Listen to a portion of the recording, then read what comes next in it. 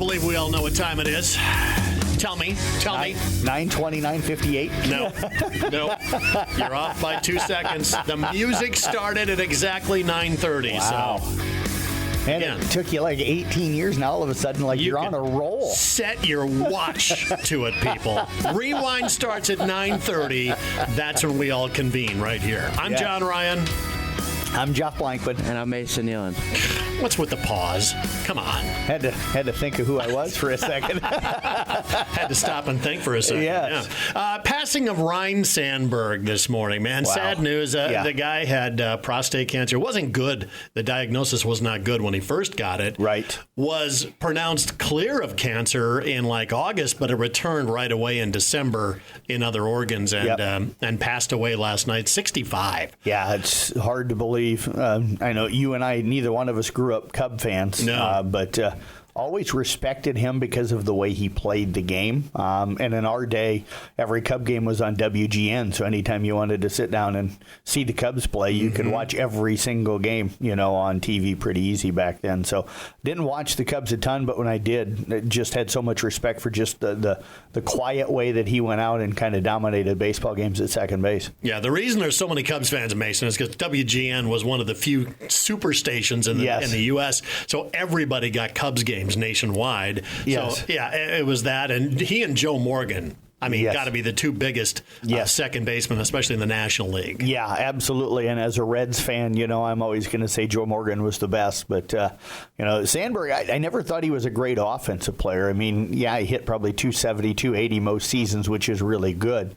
But I just always, the way he played defense, he got to balls that I don't think a lot of people, he wasn't the fastest guy in the world. He wasn't like an Ozzie Smith. He had 2 seasons over 30 steals. He did, yeah. So, I mean, he did have a little bit of speed to him. But, man, I tell you what, the game he had in 1984 against the Cardinals, check this out. Bottom of the ninth inning, Cubs down to their last strikes practically. 1-1 pitch. He hits it to deep left center.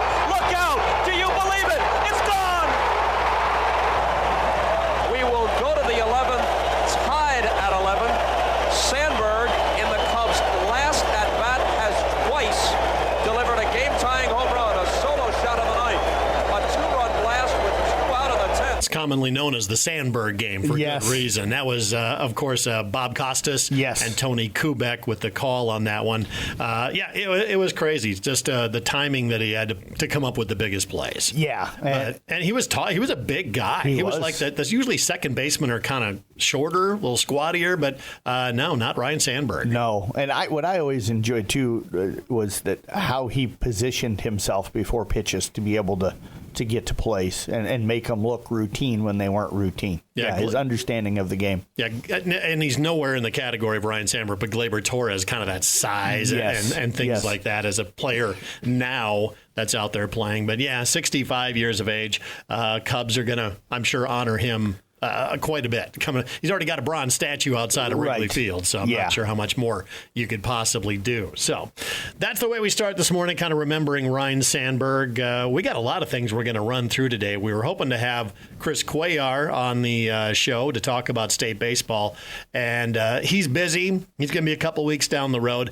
I did see, I don't know if you guys saw this, Chad Tiemeyer posted on Facebook just how absolutely proud he was of everybody hosting the state tournament here this year, and how much cooperation they got, and how everything went just pretty much flawlessly. Well deserved and well said by Chad Tiemeyer online. Yeah, absolutely. As we were there for a lot of the games this year, and between Mason and I, and just the amount of volunteers that we always get here, and how everything seems to flow and work. And we got a little lucky. They had the 2 inches of rain overnight the one night, and the grounds crew did a fantastic job of having the field ready to go that night for ball games and stuff. So tip your cap. I think there's a reason why the association wants to continue to bring the state baseball tournament back to Carroll. Yeah, Mason. I mean, you started your broadcast career doing Merchants games there for a couple of years. So Merchants Park, and now that you've gone out and seen a whole bunch of others,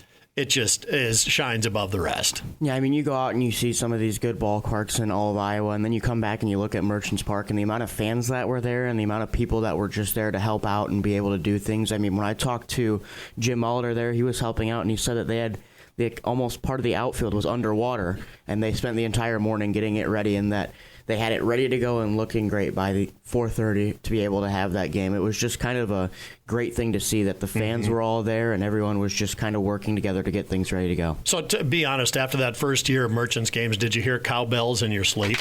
Not in my sleep. The second year, it was a couple nightmares of them. I know a lot of folks that are there. It's like, it's fun, but they're like, okay, enough. All right. Yeah, but, it's like being at a Mississippi State football game. Yeah. Don't stop ringing them. We're not saying that. I'm not saying that at all. So. Yeah. So, Mason, I do got to ask, first year getting to cover state baseball as a reporter and stuff, I think you enjoyed yourself. I kind of joked with you on Friday night after the second championship game. It says, are you hooked yet? And you said, yeah. Yeah, I really enjoyed it. I think it was St. Ansgar and East Buchanan was the game that I opened up with. And just the amount of people that were like starting chants and being loud, and I was like, I haven't experienced this inside of Merchants Park, nonetheless, almost anywhere else throughout the regular season, and that it was just so electric, and teams were going back and forth, and you could feel the emotion because kids that were either seniors or just out there to play the game, they were just fired up, and this was kind of their last chance this year. I tell you what, a game of the tournament, Martinsdale St. Mary's Hillcrest Academy, 18-8 in 6 innings. 26 runs. Yeah, and that was a weird one. That's unheard of at the state tournament. Yeah, Hillcrest Academy was dominating early, got up 8-2 in that game. And then, not blaming it on this or anything, it's just a coincidence, but you had an umpire get overheated because of how hot it was. They had to delay the game for a moment.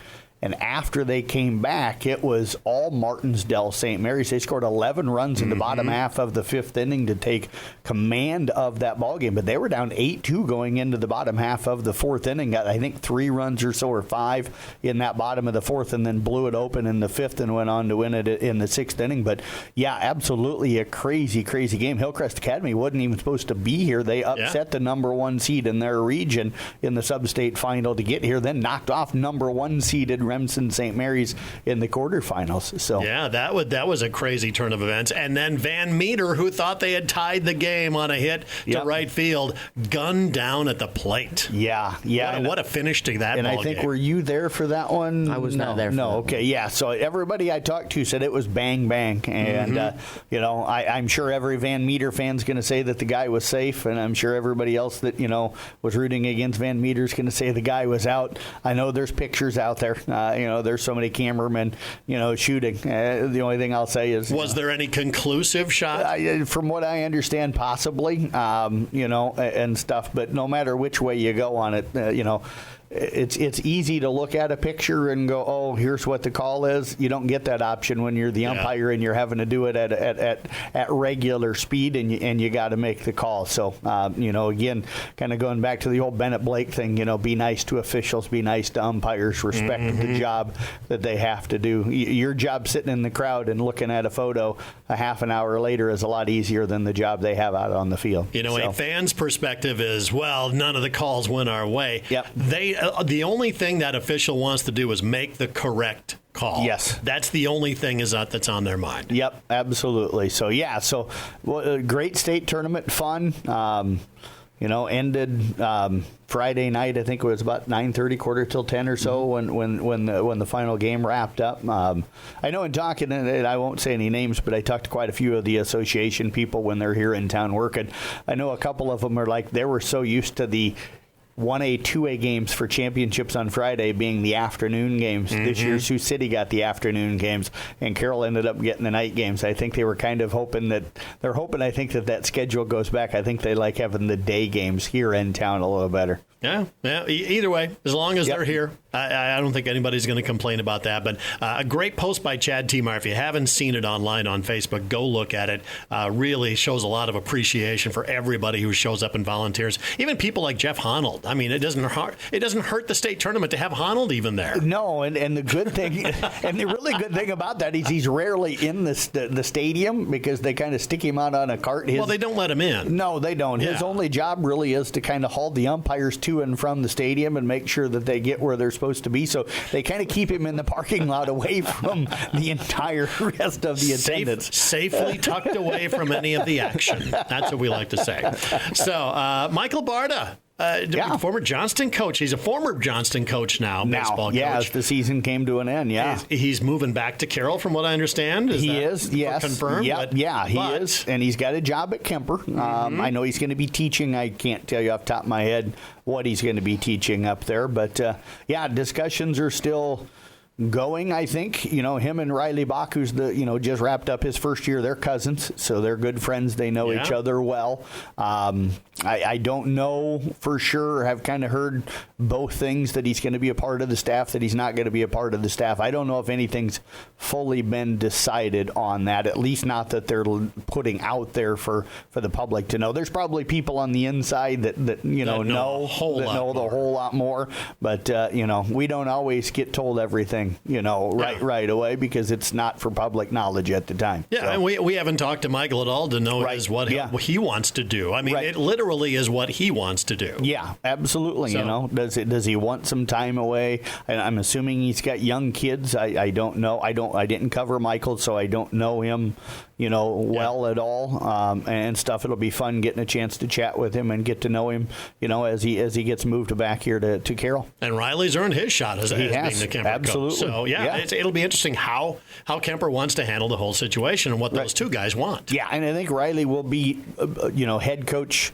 probably no matter what. The only question would be, does Michael come on as an assistant, or they do a co-head coach type of a thing? And I don't think that's probably in the cards. So, but I think from everything I do understand, this is Riley Bach's job. So, deservedly so. Yep. All right, so we're going to be talking about some coaching changes here coming up. One on the AD level that we're going to have in studio with us next week is Mark Schaefer from South Central Calhoun. Yeah, what a great guy. Have always enjoyed working with Mark. I started here as even back in the old Southern Cal days. Yes. I started here in 2004, and he was the AD up there. I've never known anybody else to be the athletic director at Southern Cal or South Central Calhoun. So I do know his replacement in DJ Erkenbrock. He's a former Rockwell City Lytton grad, and he's been on the staff up there for the last few years, and a great young guy. So I think they're handing it off to a guy that's going to continue to do a tremendous job, and looking forward to working with him. He was an AD down at Fremont Mills for several years before kind of coming back home, and he helps out with some of the PA stuff and national anthem and all those type of things at some of the events already, on the football staff and everything. So it's going to be interesting. But Mark coached volleyball there, was AD there. A lot of people know him as a softball umpire for years with Brian Knapp, and as a volleyball official as well. But just a good guy that always kind of did it for the right reason. Yeah, and he is how many years? I don't know. Exactly? I don't know. Well, I'll have to try and find that. So we'll just make up a number. 54 years the guy was there. So when you don't know, just make it sound really impressive. Yeah, well, I know it's probably over 25 at least, so probably in the close to 30 or more, but Sorry, Mark. Yeah. Maybe I went a little too extreme. I don't know how much older than 54 he is. We will ask him next week how many years he was there. Yes. But what about some other coaching changes that are going on? Yeah, so we only have one in football this year, and that is Nathan Lindsay, going to be replacing Chris Moore down at Coon Rapids Bayard.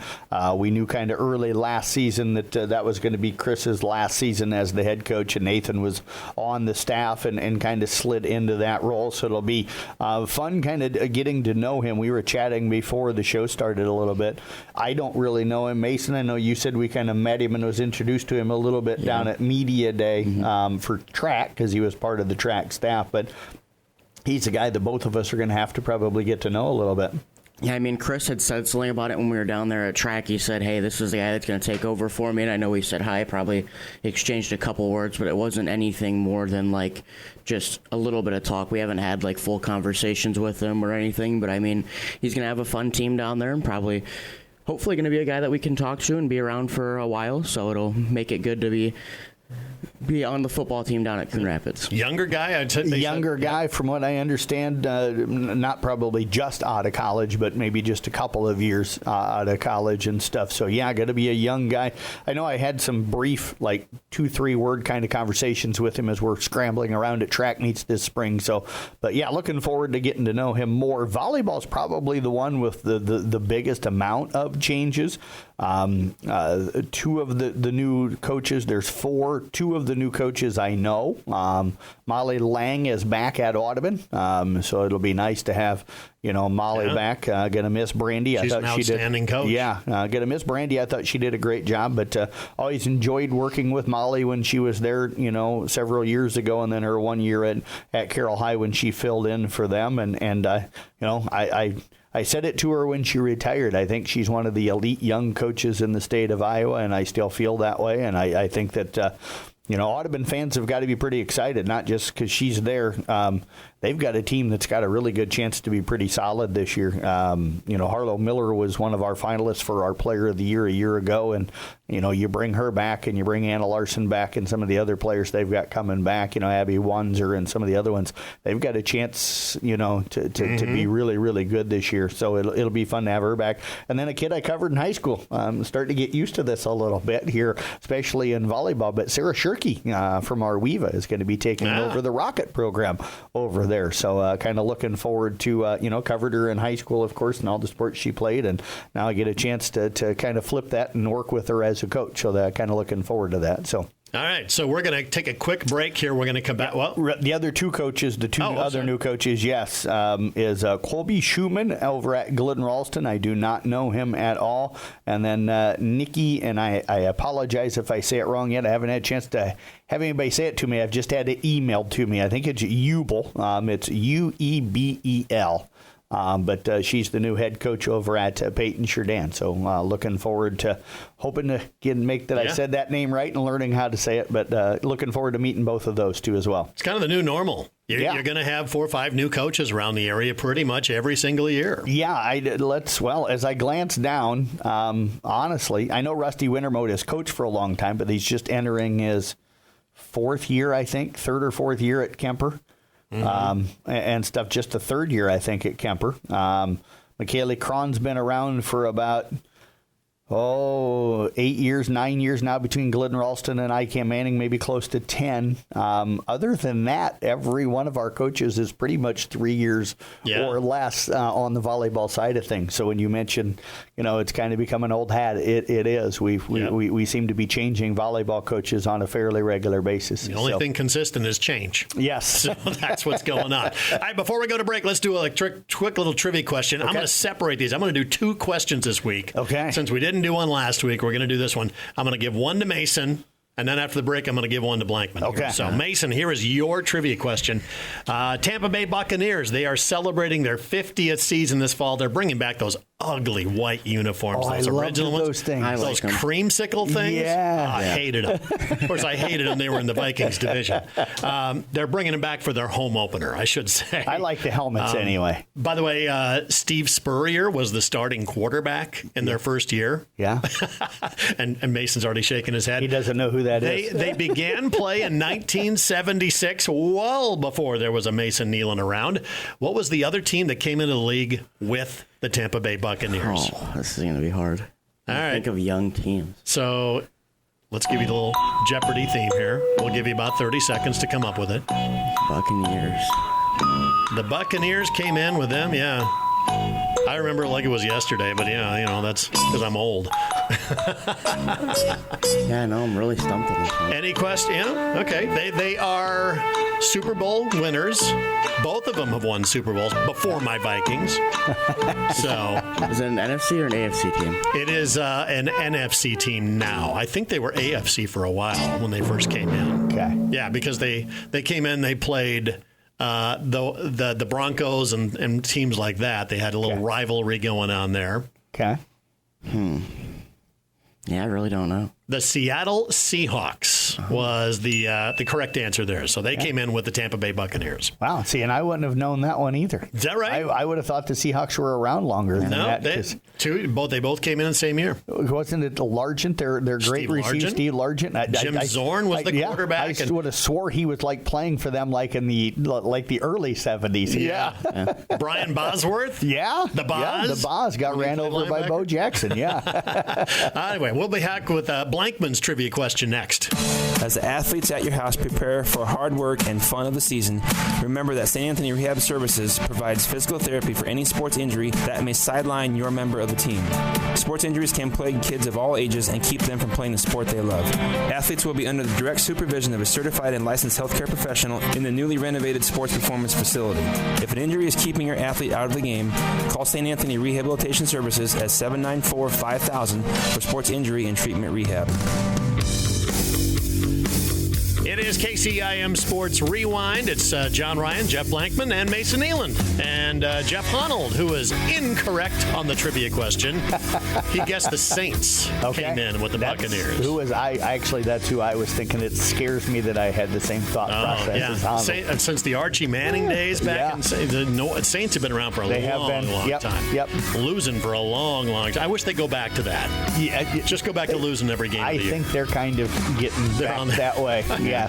We'll see how is it Tyler Shue? Yes. Their quarterback, their new one they drafted. All right, Blankman, here's your trivia question. So Cal Raleigh, he's the odds-on favorite to win the Rookie of the Year in the American League with the Seattle Mariners. Yep. There are two others. You'd just be the third catcher this century to win an MVP. Who are the two others? And I'll give you a clue. It came from the AL Central and the National League West, not the Dodgers. I'll tell you that much. Really? Yep. Oh God! See, now you did say this century. Okay. See that I was going Johnny Bench. No, I'm like, that's not this century. Wow, two catchers. Two catchers. Joe Mauer. Joe Mauer is correct. Okay, from Minnesota. Yes, from the Minnesota Twins. I got that one right What was the other? You said what was the National League West? It's not the Dodgers. Okay. I think I got it. And when I give you the answer, you'll go, oh, yeah. Yeah.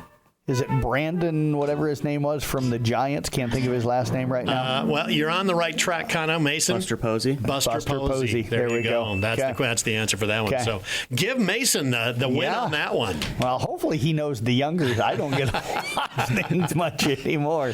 All right, well, you guys had the Rewind event this past week, or a couple weeks ago, actually, now, since we didn't do Rewind last week. So tell us about that. I had a great time. I will say that, this year, usually I'm down on the field. Donald just texted, Mason is the only one I like. and then gave us the universal gesture, which we all understand. Yes. We won't go anywhere with that.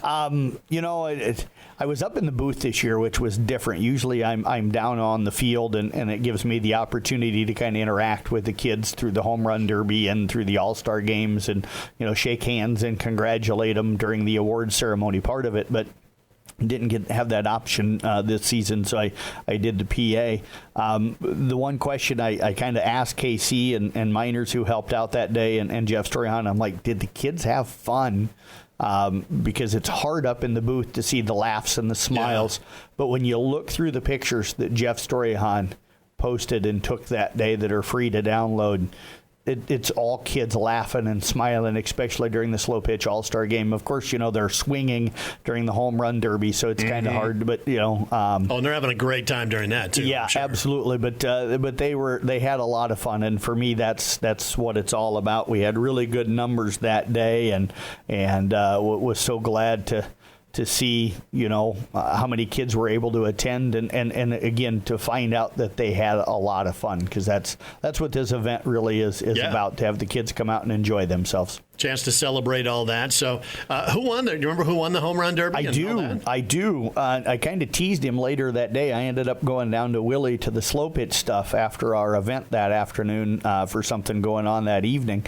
And Jay Starman was on one of the rosters for the teams playing down there, and I says, I didn't know you were a ringer. He was he was hammering balls out of the ballpark on a regular basis. We did 10 pitches. I think he hit 7 or 8 home runs in the first round. Wow. For the baseball boys. So he ended up winning the baseball boys one, and I think he launched like the first 4 or 5 over the fence and stuff. So I kind of teased him. I'm like, I didn't know that you had already done a little slow pitch swinging. and stuff. But it was cool. And then Anna Hart, this tells you how tough of a young lady she is and how much of a competitor she is.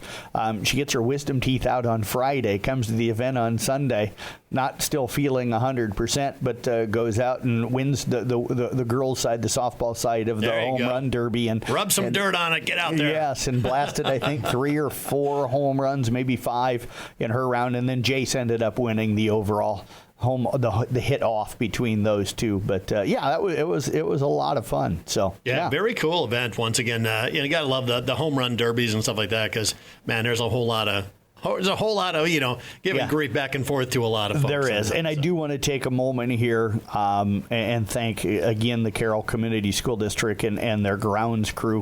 We had substantial rain the night before the event, and they got it where it was playable. Yeah, there was a couple of wet spots out onto the field, but it wasn't anything that impacted, the ability for the kids to go out and have fun. So thanks very, very much for the field crew over there at the Softball Diamond and Carroll Community for allowing us to use their facility again. And thanks to Alexis Obermeyer down in Audubon as well. She came up and pitched the softball home run derby, and then John Hayden took over for the baseball one and threw the pitches, for the kids. So we appreciate them stepping in and helping with those type of things as well. Now, to put a wrap on the whole season, All-State Baseball Softball Awards are coming out right now. You're busy recapping all that stuff. Yeah, I've got everything typed up that's been released so far. I could probably put the softball stuff out today because All-State's already been announced, but I was kind of waiting. State baseball is usually announced today. It's usually the Tuesday after the state tournament ends, so I'm waiting to get those All-State baseball honors, and when they do, I'll add those. So you'll find all conference, all district, all state, any of the honors that a kid received this postseason, it'll all be on one list by their name and stuff. So it's not just all conference here and then we throw out the all district. It's kind of every honor that the kid received for the summer sports season will all be released at one time. And I hope to have all that out by tomorrow. I'm hoping that baseball does get released today like it normally does for all state, and then I can add that stuff on there. So okay. All right. So once again, next week we're going to have Mark Schaefer on the show, and the week after that, we're hoping Chris Cuellar from Cuellar. Yep. And both of those.